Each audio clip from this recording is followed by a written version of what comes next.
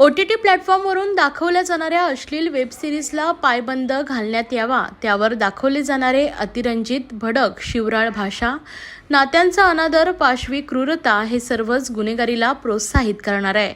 त्यामुळेच अशा वेबसिरीज आणि चित्रपटांवर नियंत्रण आणि सेन्सॉर ठेवण्यासाठी केंद्रीय माहिती प्रसारण मंत्री अश्विनी वैष्णव यांना पत्र देण्यात आलं आहे. राज्यातील 48 खासदारांनाही संसदेमध्ये आवाज उठवण्याचेही त्यांना पत्र दिल्याची माहिती महाराष्ट्र नवनिर्माण सेनेचे ठाणे पालघर जिल्हा अध्यक्ष अविनाश जाधव यांनी शुक्रवारी दिली आहे. हा प्रकार सेन्सॉर नियंत्रणात आणला गेला नाही तर मात्र मनसे स्टाईलनं आंदोलन केलं जाईल, असा इशाराही अविनाश जाधव यांनी दिला आहे. महाराष्ट्रातल्या 48च्या 48 खासदारांना पत्र लिहिलेलं आहे आणि संसदेत हा विषय घ्यावा अशी आम्ही त्यांना विनंती केलेली आहे. सर्वच खासदारांना आम्ही भेटणार पण आहोत आणि त्यांच्यासोबत आम्ही त्यांना हे पत्र कुरिअर देखील केलेलं आहे. मला अपेक्षित आहे की यातले एक काही खासदार तरी या पालक म्हणून हा विषय संसदेत उठवतील आणि या सगळ्यांवर बंदी घालण्यासाठी त्यांचं एक पाऊल पुढे असेल. बघा, आम्ही रस्त्यावर भांडू शकतो, आतमध्ये यात लोकांना भांडायचंय. जर त्यांच्यामधली आई वडीलपणा जर जिवंत असेल तर नक्कीच तो हा विषय संसदेत घेतील अशी आम्हाला खात्री आहे. महाराष्ट्रातील भगिनींना आधार देणारी राज्य शासनाची मुख्यमंत्री माझी लाडकी बहीण योजना. या योजनेअंतर्गत अल्प उत्पन्न गटातील 21 ते 65 वयोगटाच्या भगिनींना मिळणार दरमहा 1500 रुपयाची मदत. अर्ज करण्यासाठी 31 ऑगस्ट 2024 पर्यंत मुदतवाढ. कुटुंबाचं वार्षिक उत्पन्न 2.5 लाख रुपयांपेक्षा कमी असलेल्या महिला पात्र. कुटुंबाकडे पिवळं किंवा केशरी रेशन कार्ड असल्यास उत्पन्नाचा दाखला आवश्यक नाही. पांढरं रेशन कार्ड असेल किंवा रेशन कार्ड नसेल तर कुटुंबाचं वार्षिक उत्पन्न 2.5 लाखांपेक्षा कमी असल्याचा दाखला आवश्यक. योजनेसाठीचा ऑनलाईन अर्ज नारी शक्ती दूत ॲपवरून किंवा पोर्टलवर भरता येईल. ज्या भगिनींना ऑनलाईन अर्ज भरता येत नसेल त्यांच्यासाठी अंगणवाडी, ग्रामपंचायत, वॉर्ड ऑफिस, सेतू सुविधा केंद्रामध्ये किंवा आशाताई बचत गटाच्या CRP यांची मदत उपलब्ध.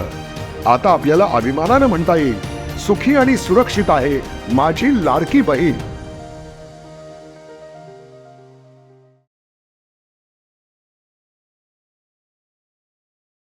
सालाबादप्रमाणे साई जलाराम प्रतिष्ठान बाळकुम यांच्या विद्यमाने माजी विरोधी पक्षनेते ठामपा, माजी नगरसेवक देवराम भोईर, माजी स्थायी समिती सभापती माजी नगरसेवक संजय भोईर, माजी नगरसेविका उषा भोईर, माजी नगरसेवक भूषण भोईर, विकेश संजय भोईर, उपाधिकारी युवासेना ठाणे शहर यांच्यातर्फे भगवान श्रीकृष्ण जन्माष्टमी निमित्त दहीकाला उत्सव 2024चं आयोजन करण्यात आलं आहे. आज या संदर्भात पत्रकार परिषद पार पडली आहे. जे गोविंदा पदक 9 थर लावेल त्या विजेत्या गोविंदा पदकास रोख रुपये 2 लाख व आकर्षक चषक व इतर अनेक आकर्षक रोख पारितोषिक असणार आहे. या कार्यक्रमास अनेक सिनेकलावंतांची उपस्थिती राहणार आहे. तर सांस्कृतिक कार्यक्रम, मराठी, कोळीगीते, नृत्य याआधी कार्यक्रमांचं आयोजन करण्यात आलं आहे. याआधी उपस्थितांसाठी मनोरंजनाची मेजवानी पार पडणार आहे. हे कार्यक्रम श्री साईबाबा मंदिर चौक, बाळकुम नाका येथे पार पडेल. तसेच बाळकुम गावाची मानाची हंडी फोडणाऱ्या गोविंदा पदकास रोख रुपये 25,000 व आकर्षक चषक, महिला गोविंदा पदकास रोख रुपये 21,000 आकर्षक चषक, तसेच 6 थर, 7 थर, 3 ते 5,000 व 8 थराला 25,000 अशी सलामीसाठी रोख रक्कम देण्यात येणार आहे. अशी एकंदर 11 लाखपेक्षा जास्त रकमेची पारितोषिक देण्यात येणार आहे. ठाणे, भिवंडी, मुंबईच्या गोविंदा पदकास सहभागी होण्याचं आवाहन माजी विरोधी पक्षनेते देवराम भोईर, माजी नगरसेवक संजय भोईर, माजी नगरसेविका उषा भोईर, माजी नगरसेवक भूषण भोईर व विकेश भोईर यांच्यातर्फे करण्यात आलं आहे.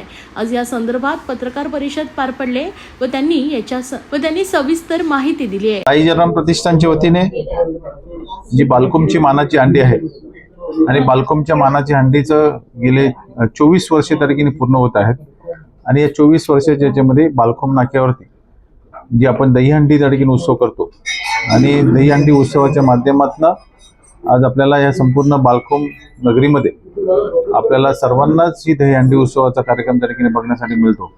आणि याच्यामध्ये आम्ही स्थानिकांसाठी त्या ठिकाणी बक्षिसं त्या ठिकाणी ठेवण्यात आलेले आहेत आणि महिलांसाठी जे आकर्षित त्या ठिकाणी बक्षिसं आपण जी महिलांची जी टीम येते तर त्या महिलांसाठी त्या ठिकाणी आपण बक्षिसं त्या ठिकाणी ठेवण्यात आलेलं आहे.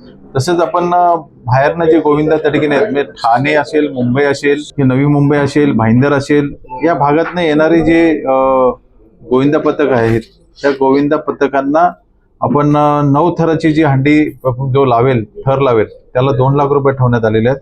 आणि ह्याच्यामध्ये 8 थर जो लावेल त्याला 25,000 रुपयाचं पारितोषिक ठेवण्यात आलेलं आहे. आणि 7, 6, 5 आणि ह्या सर्व जे थर त्या ठिकाणी लावतील त्यांनाही आपण रोख रक्कम त्या ठिकाणी देणार आहोत आणि बक्षीस त्या ठिकाणी ट्रॉफी त्या ठिकाणी देणार आहोत. तर हे सर्व आपण पारितोषिक त्या ठिकाणी ह्या पद्धतीचे ठेवण्यात आलेले आहेत. साई जलाराम प्रतिष्ठान या आमच्या ट्रस्टच्या वतीने गेले 24 वर्ष या ठिकाणी हा दहीहंडीचा कार्यक्रम या ठिकाणी साजरा होत असताना दहीहंडीच्या कार्यक्रमाच्या निमित्ताने आकर्षण बक्षीस त्या ठिकाणी ठेवली गेलेली आहेत. त्याचा तुम्हाला संजय भुई यांनी तुम्हाला सांगितलं असल्यामुळे काही पलीकडे जाऊन बोलणार नाही, परंतु एवढं सांगू इच्छितो की हा दहीहंडीचा कार्यक्रम होत असताना या ठिकाणी मला अभिमान वाटतो माझ्या बालपूरच्या दहीहंडीचा. या ठिकाणी 24 वर्ष या ठिकाणी आम्ही ही दहीहंडीचा कार्यक्रम होत असताना कुठेही गाळबोट लागणार नाही अशा दृष्टिकोनातून आम्ही संपूर्ण खबरदारी घेऊन ही दहीहंडीचा कार्यक्रम त्या ठिकाणी करत असतो. नामवंत अशा प्रकारचे कलाकार देखील त्या ठिकाणी येत असतात, त्याचबरोबर राजकीय मंडळी देखील या ठिकाणी येतात. त्याच्यामुळे याच्यामध्ये आज या ठिकाणी आणखी उत्साहामध्ये भर पडेल. गेल्या वर्षी देखील या ठिकाणी या राज्याचे मुख्यमंत्री सन्माननीय एकनाथजी शिंदे साहेब त्यांचे सर्व सहकारी या ठिकाणी आले होते आणि कार्यक्रमाला या ठिकाणी शोभा वाढवण्याचा प्रयत्न केला होता. त्याचबरोबर इतर खासदार देखील या ठिकाणी येत असतात. अशा पद्धतीने या ठिकाणी बालकुंची जी मानाची हंडी आहे या ठिकाणी मला अभिमान वाटते. माझ्या बालकुंच्या सर्व गोविंदा पथकांच्या या ठिकाणी सर्व गोविंदा पथक त्या ठिकाणी शिस्तीने येत असतात आणि बालकुंच्या हंडीला मान वंदना देऊन त्या ठिकाणी आणि ती कशी फोडता येईल त्या दृष्टिकोनातून प्रयत्न करत असतात.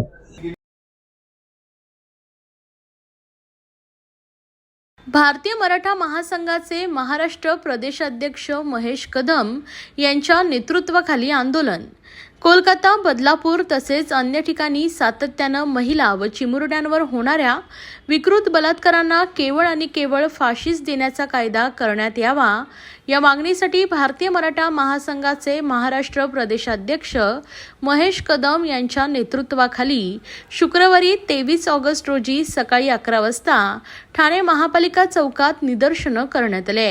यावेळी बोलताना महेश कदम यांनी सांगितले की लोकांना आता कायद्याची भीती राहिली नाहीये. यासाठी शक्ती कायदा लवकरात लवकर पारित झाला पाहिजे. त्यामुळे असे निंदनीय प्रकार करणाऱ्या नराधमांना लवकरात लवकर शिक्षा होईल. यावेळी उपस्थित आंदोलन करणाऱ्यांनी नराधमाला फाशी द्या अशा घोषणा देत आपला संताप व्यक्त केलाय. या आंदोलनाच्या ठिकाणी आरोपीला फाशी दिल्याची एक प्रतिकृतीही उभारण्यात आली होती.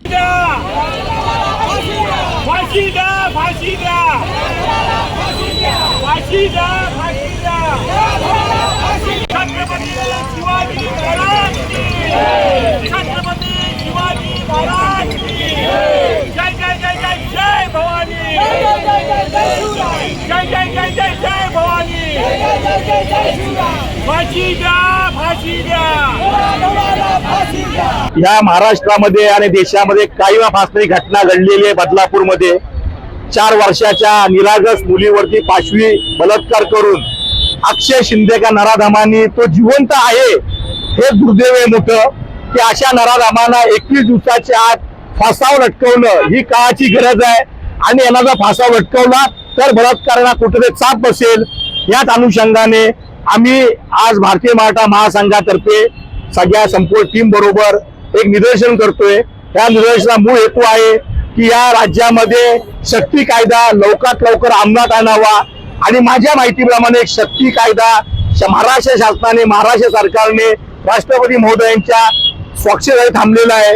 राष्ट्रपती स्वतः आपल्या देशाच्या राष्ट्रपती महामहिम आदरणीय द्रौपदी मुर्मू या स्वतः महिला आहेत.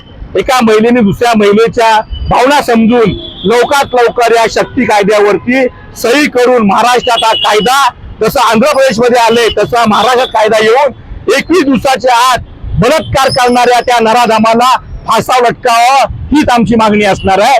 छत्रपती शिवाजी महाराज की फाशी द्या, फाशी द्या, फाशी द्या, फाशी द्या. काँग्रेसच्या राष्ट्रीय प्रवक्त्या सुप्रिया श्रीनेत यांनी बदलापूर येथे झालेल्या घटनेबद्दल मुख्यमंत्र्यांवर केला हल्लाबोल. बदलापूर येथील नामांकित शाळेत 2 अल्पवयीन मुलींवर लैंगिक अत्याचार करण्यात आला. माणुसकीला काळीमा फासणारी घटना घडली आणि तेथील नागरिकांनी आंदोलन केले. 10 तास रेल्वे रोखून धरली. या घटनेबाबत काँग्रेसच्या राष्ट्रीय प्रवक्त्या सुप्रिया श्रीनेत यांनी आज ठाण्यातील टिपटॉप प्लाझा येथे माध्यमांशी संवाद साधलाय. यावेळी बोलताना त्या म्हणाल्या, एवढी मोठी घटना बदलापुरात घडली तरी ठाण्याच्या मुख्यमंत्र्यांना तिथे जाऊन मुलांच्या पालकांना भेटण्यासाठी वेळ नव्हता, तर गृहमंत्री देवेंद्र फडणवीस हे दिल्लीला आपल्या वरिष्ठ नेत्यांना भेटण्यास मग्न होते. त्यामुळे त्यांना आपल्या पदावर राहण्याचा काही अधिकार नाही. तसेच हे 3 तिकडा सरकार जास्त दिवस चालणार नाही. शक्ती कायदा लवकरात लवकर आला पाहिजे. त्यामुळे असे प्रकार घडणार नाही. तरी पण निर्भया घटनेनंतर जे कायदे झाले ते जरी व्यवस्थित राबवण्यात आले तरी अशा प्रकारच्या घटनांना आळा बसेल. उद्या जो बंद पुकारण्यात आलाय त्या माध्यमातून आपण झोपलेल्या सरकारला जागा करण्यासाठी तसेच महिलांच्या आर्तकिंकाळ्या ऐकण्यासाठी पुकारलाय. उद्याचा जो बंद आहे त्यासाठी ठाण्यात नाना पटोले उपस्थित राहणार आहेत आणि त्या बंदचं नेतृत्व करणार आहे, असंही त्यांनी यावेळी पत्रकार परिषदेत सांगितलंय. तर याप्रसंगी ठाणे काँग्रेस अध्यक्ष विक्रांत चव्हाण, महिला काँग्रेस अध्यक्षा स्मिता वैती, ठाणे काँग्रेसचे प्रवक्ते राहुल पिंगळे, हिंदूराव गळवे, प्रदेश सदस्य भालचंद्र महाडिक, रमेश इंदिसे उपस्थित होते. धब्बा है वो हम सबका सिर शर्म से झुकाता है, लेकिन उसके बाद जिस तरह से उस पर लिपापोती की कोशिश करी गई, क्योंकि उस स्कूल में ना सीसीटीवी चल रहा था, एक आदमी उनके टॉयलेट साफ कर रहा था और उस स्कूल के 2 बोर्ड मेंबर का बीजेपी से ताल्लुक है, चाहे वो पटकर जी हों चाहे वो आपटे जी हों, उनका बीजेपी से ताल्लुक है और इसीलिए उनके बचाव की कोशिश की जा रही थी. मैं ये सोचकर अचंभित हूँ कि इतना कुछ घट जाने के बावजूद, इतना कुछ हो जाने के बाद आज बॉम्बे हाईकोर्ट पूछ रहा है कि 13 तारीख का हुआ कांड 22 को स्टेटमेंट क्यों लिया जा रहा है. आप उन लोगों को क्यों गिरफ्तार कर रहे हैं जो न्याय की मांग लगा रहे थे सड़कों पर, रेल की पटरियों पर. और मुझे ये सोचकर आज भी विस्मय होता है, मैं हतप्रभ हूं ये सोचकर कि थाने के लोकल जो यहाँ से चुने हुए विधायक और अब इस प्रदेश के मुख्यमंत्री एकनाथ शिंदे जी के पास इतना वक्त नहीं है कि वो बदलापुर जाकर उन बच्चियों के परिवारों से मिलें, उन बच्चियों से मिलें, उनकी टोलें, उनके दर्द को साझा करें, उनको न्याय की आशा और उम्मीद जताएं. ये सवाल है और हम इस मंच से मांग करते हैं कि एकनाथ शिंदे और देवेंद्र फडणवीस को अपने पद पर रहने का कोई हक नहीं है. एक सतारा के लग्जरी रिजॉर्ट में वक्त बिता रहे थे जब ये हो रहा था, एक दिल्ली में जी हजूरी कर रहे थे अपने आकाओं की. तो ये बंदर बाट करके जो तिगाड़ी सरकार चल रही है इसका अंत बहुत निकट है, लेकिन इसका खामियाजा इस प्रदेश की छोटी छोटी नाबालिग बेटियों को झेलना पड़ रहा है. पीपीएफएस म्युच्युअल फंडाने ठाण्यात उघडली नवीन शाखा. पीपीएफएस म्युच्युअल फंडाने आज ठाणे येथे आपली नवीन शाखा उघडली आहे. ठाणे शहर त्यांच्या जलद वाढीसाठी ओळखलं जातं. नवीन शाखा shop number 3, Mansarovar, Almeda road, TMC कार्यालय समोर, पासपाकाडी, ठाणे, महाराष्ट्र येथे. नीलपराग पारिक, अध्यक्ष आणि CEO, पीपीएफएस म्युच्युअल फंड यांनी इतर मान्यवर आणि कर्मचाऱ्यांसह शाखेचे आज उद्घाटन केलं आहे. या विस्ताराबद्दल भाष्य करताना नीलपराग पारिक, अध्यक्ष आणि मुख्य कार्यकारी अधिकारी, पीपीएफएस म्युच्युअल फंड म्हणाले, ठाणे एक दोलायमान गुंतवणूक समुदायासह वेगाने वाढणारे शहर आहे, जे आमच्या नवीन शाखेसाठी एक आदर्श स्थान बनलं आहे. हा विस्तार पीपीएफएस म्युच्युअल फंडाच्या आमच्या गुंतवणूकदारांच्या आणि भागीदारांच्या विकसित गरजा पूर्ण करण्यासाठी आमची पोहोच वाढवण्याच्या आणि आमच्या सेवा ऑफर वाढवण्याच्या धोरणांशी संरेखित करतो. या सदर प्रसंगी मुख्य गुंतवणूक अधिकारी राजीव ठक्कर, फंड मॅनेजर रौनक ओंकार, फंड मॅनेजर राज मेहता यांच्यासह महेश सरोदे, आलोक मेहता, संजय श्रॉफ, अशोक केरकर, रणबीर नायल, परेश केरकर, निलेश राजे, श्रीकांत पांचोली, पल्लवी कोरगावकर, मोनिका बारवे यांनी सहभाग घेतलाय. या कार्यक्रमात शुभम साहू, शैलेंद्र पांडे आदी मान्यवर व कुटुंबीय उपस्थित होते.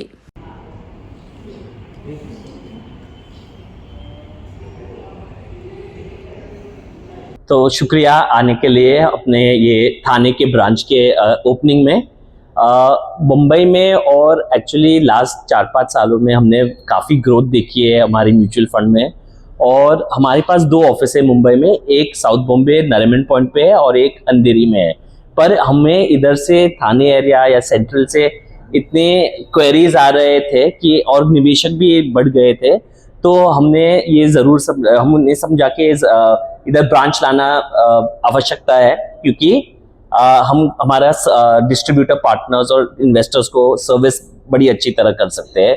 तो ये एक्चुअली वेरी नेसेसरी था थाने में ब्रांच आने के, और हमें बहुत खुशी हो रही है कि हम इधर आ गए हैं और हमारे निवेशक और डिस्ट्रीब्यूटर पार्टनर्स को अच्छी सर्विस दे सकेंगे। अब शुरुआत से ये उद्देश्य रहा है कि जो प्रोडक्ट हम अपने लिए बनाते हैं उसी प्रोडक्ट को हम कस्टमर को ऑफर करते हैं। तो ऐसा नहीं है कि कोई प्रोडक्ट हम कस्टमर को बेच रहे हैं और हमारे खुद के निवेश हमारे प्रोडक्ट में नहीं है। पहले दिन से हमारी कंपनी के फंड्स हमारी स्कीम में इन्वेस्टेड हैं। हमारे प्रमोटर्स, डायरेक्टर्स, फैमिलीज जो है हमारे फंड्स उनके साथ ही जुड़े हुए हैं, और हम काफी लिमिटेड स्कीम्स ऑफर करते हैं कस्टमर्स को। हमारी कुल मिला के सिर्फ 6 स्कीम है, ना कि 25, 30, 40 स्कीम जो आमतौर पर देखी जाती है। PFS ठाणे ऑफिसचं ओपनिंग आहे ऑगस्ट 23, 2024. हे जरासं युनिक ऑफिस आहे आमच्या नॉर्मल कॉर्पोरेट ऑफिसपेक्षा. इथे थोडंसं आम्ही रिटेल स्टोअर सारखा एक्सपिरियन्स आहे, म्हणजे इन्व्हेस्टर्स आतमध्ये आले की त्यांना असं रिटेल एक्सपिरियन्स मिळेल आणि ज्यामुळे कस्टमर सर्व्हिस अजून चांगली आम्हाला देता येईल इन्व्हेस्टर्ससाठी. तुम्ही आता हे ऑफिस बघालच, पण प्रशस्त ऑफिस आहे पाचपाखाडी एरियामध्ये, TMC ऑफिस समोर मानसरोवर बिल्डिंग मध्ये. आणि इन्व्हेस्टर्सना नक्कीच विनंती आहे, पण थँक्यू तुम्ही पण कव्हरेज देताय म्हणून. कंपनीच्या 23 शाखा आहेत आणि ही 23वी आहे का 24 आहे? 24वी शाखा आहे. आता मार्केट ऑल टाइम हाय आहे, त्यामुळे जरासं सबुरीने घ्या, आरामात इन्व्हेस्ट करा, पण SIP चालू ठेवा. आणि जर ऍसेट अलोकेशन बदलायचं असेल तर मे बी इक्विटी पासून थोडंसं कमी करून डेट प्रोडक्ट्स मध्ये पण इन्व्हेस्ट करू शकता.